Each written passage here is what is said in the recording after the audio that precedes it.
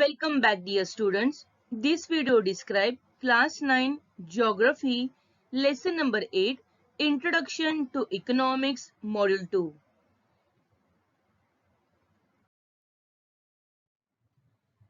Before proceeding further, let's take quick recap what we have studied in lesson number 8 introduction to economics in module 1. In the beginning we have studied about the concept of economy, the management of individual or family finances related to income and expenditure is an economic factor. As a result, this leads to the birth of economics. The word economics is derived from the two Greek ancient word that is oikonomia, which means family management. Then we have studied about the nature of economics. We learn from economics how to use money, time, labor and the land most effective manner. Economics is very important social science. We use economics in various fields in our day-to-day life such as agriculture, trade, finances, administration and in law. Economics is very important in the process of social growth and development.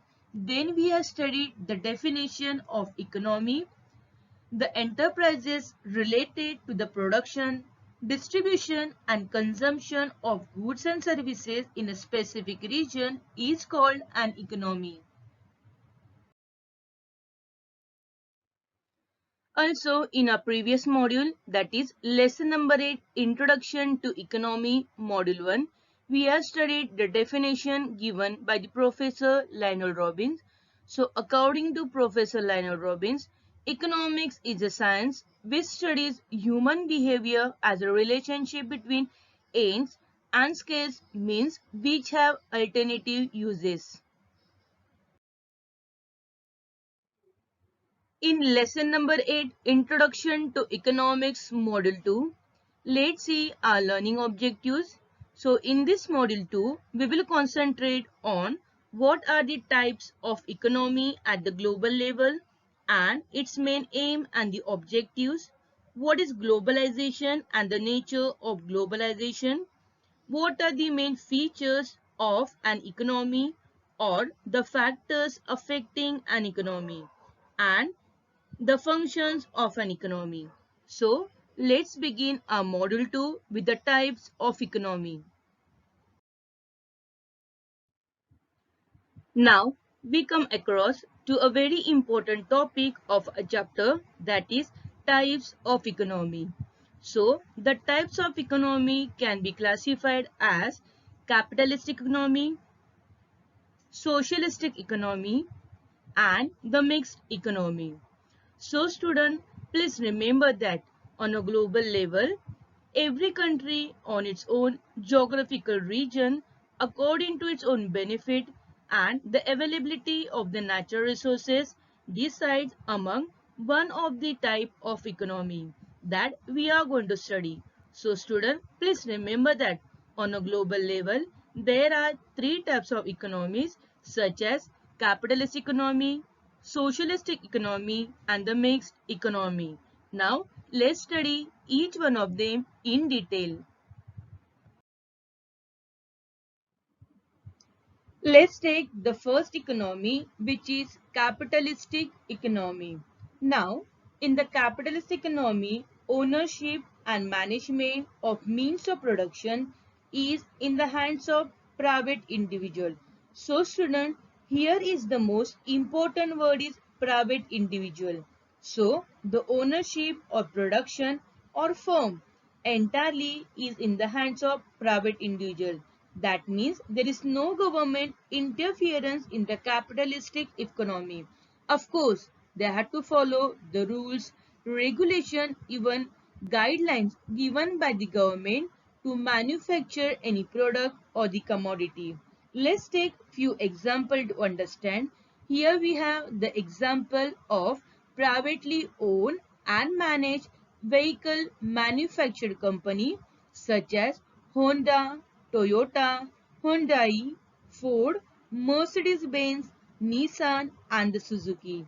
Even we have some telecom industries such as Idea, Aircel, Airtel, Vodafone, Reliance Jio. Even students, you all know that in our day-to-day life, we are utilizing various commodity for the consumption. So all these are the examples of the privately owned companies. Now, in these privately owned companies or owner can produce whatever he wants, taking into the consideration of rules and regulation of the government. Owner can put a price tag whatever he wants for his commodity. So it's all about the businessman. Only those goods are produced which are in a great demand, and goods are produced distributed on the basis of what people can afford or are willing to purchase in the market.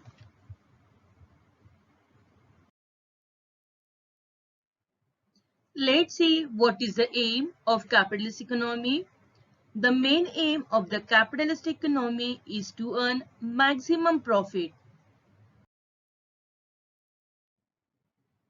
Germany, Japan, and the United States of America have adopted a capitalistic type of economy. Now, talking about socialistic economy. Socialistic economy is totally opposite to the capitalistic economy. As in the previous slide, we have studied that capitalist economy is totally owned and managed by the private individual. But here in the socialistic economy, the means of production belongs to the society as a whole. That is under the government control. So, in the socialistic economy, all the business or all the economy is under the government control. The government decides the commodities, production, distribution, and also the price and the value of production. The government takes into consideration the social welfare of the people or the society. So, whatever is produced is taking into consideration of social welfare of the people.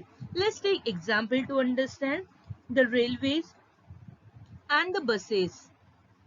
So the poorest or the common people can travel by the railways or by the buses.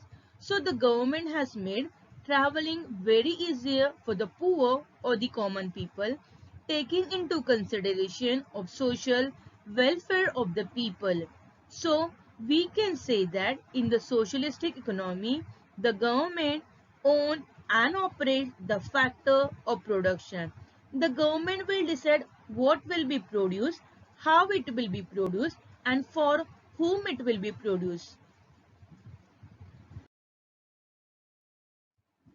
Therefore, in the socialistic economy, the main motive is to make sure that everything that people need is produced and that everyone gets whatever they need.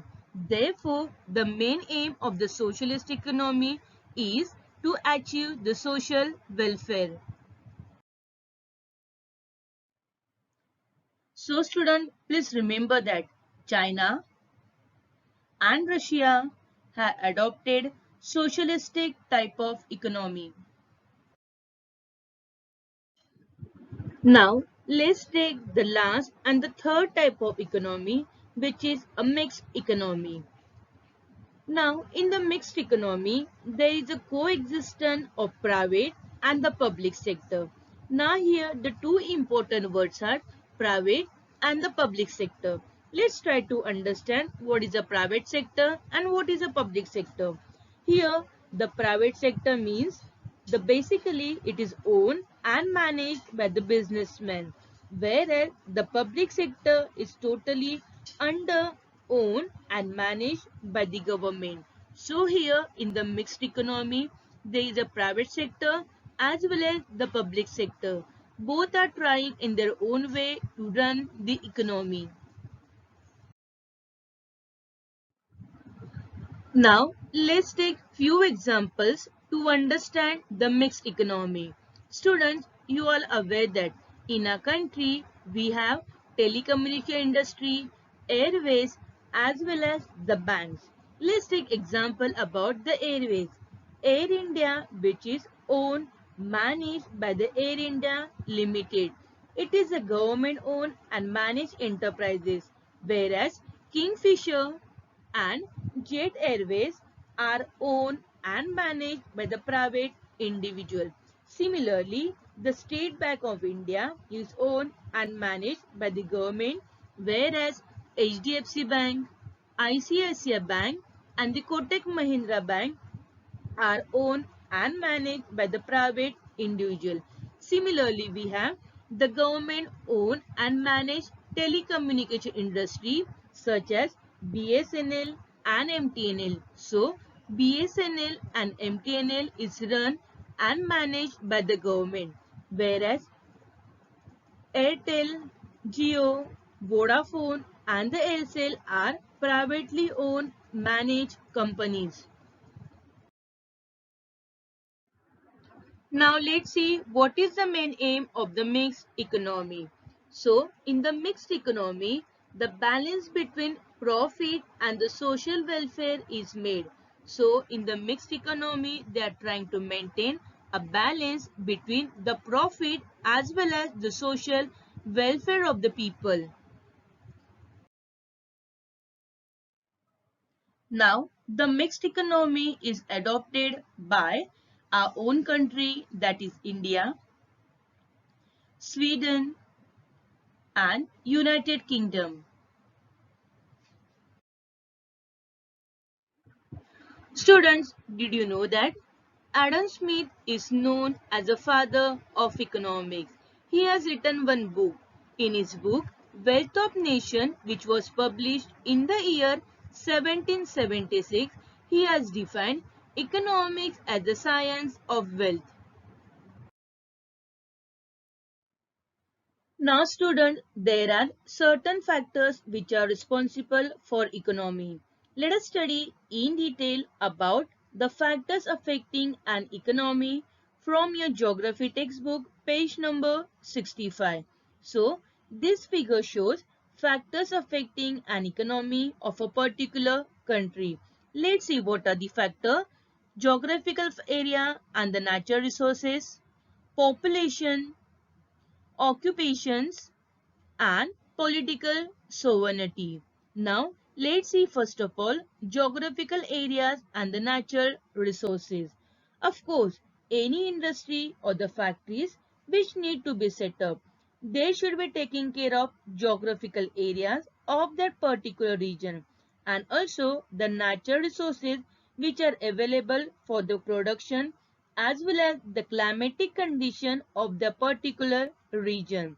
Then population. Population also plays an important role as far as economy is concerned. The economic development of any country depends upon the volume and the quality of population. If a country has a high volume and less quantity of population, it has slow economic growth and the development. Whereas if a country has optimum population with high quality of population, it has fast economical growth and the development. Therefore, population is an important resource for a country's development. Then we have the next one, occupation. As in this figure, we can see occupation such as farming, teaching, a person is working in a factory. So, all the different kinds of occupation also contribute for the economical development. And the last we have political sovereignty. It means the ultimate power in the hands of people. So, any country, state or a region for economical growth and development, political sovereignty plays an important role. Now, moving ahead with the globalization of the economy. The recent economic policies are taking the economy towards the global level. Now, what is the globalization? Globalization means building a world economy. It is said that world economy is a borderless because now we are well developed with a new kind of technologies, invention and we can travel through any corner of the world. So we share our ideas, technology, skills, so it helps each other country to strengthen the economic growth and the development. The world economy is a borderless economy in which various natural resources, profit, services, capital, labor, and the technologies flow freely across the borders of the country. Globalization means aligning the country's economy with the world economy. Because of the globalization, different worlds get connected to each other through the economy. There is a free trade and all restrictions on the investment are set aside. Students, always remember that economics is an important social subject. We use economics on a larger scale in our day-to-day life. We use economics on a larger scale in agriculture, trade, finance, administration, even in the law and order in our day-to-day life. So, economic hold a supreme importance in the social development and the growth of the human being. Now, let us study the last topic of our chapter, that is the functions of an economy. Every country has a different economy, as already we have studied in a previous slide that on a global level there are three different types of economies such as capitalist economy, socialistic economy and the mixed economy. As economy is an area of the production, distribution and trade as well as the consumption of goods and services. So, different countries produces the commodities and provide services as per the need of the society. Nevertheless, the main functions of economy are similar. Let's see some of the main functions of an economy such as product and quantity, minimize the production cost, social and economic justice, and making appropriate provision. Now, as far as the product and quantity is concerned, any economy can decide the product and quantity of its production as per the need and the demand of the people. Minimize the production cost as much as possible. It means they will choose the production method which reduces their cost to reach to the maximum people in the society. Distribution of national income should be according to the societies and economical justice. Then making appropriate provision for the economy needs of the future. Also need to decide for whom the goods will be produced in the society. Thus, an economist tried to create a balance between limited resources and unlimited needs which are available in the nature. Now, let's take quick recap what we have studied in lesson number 8, Introduction to Economics in Module 2. In the beginning, we have studied about the types of economies. So, on a global level, there are three types of economies such as capitalist economy, socialistic economy and the mixed economy. So, in the capitalist economy, we have studied that ownership and management of means of production are in the hands of private individuals. The main aim of capitalist economy is to earn maximum profit. Countries such as Germany, Japan and United States of America have adopted capitalistic type of economy. Then we have studied about socialistic economy. Ownership and management of means of production are in the hands of the government. The main aim of the socialist economy is to achieve social welfare. China and Russia have adopted a socialistic type of economy, and then we have studied about mixed economy. There is a coexistence of both, that is the private as well as the public sector. So Mixed economy means the coexistence of private as well as the public sector. There is a balance between profit and social welfare in the mixed economy.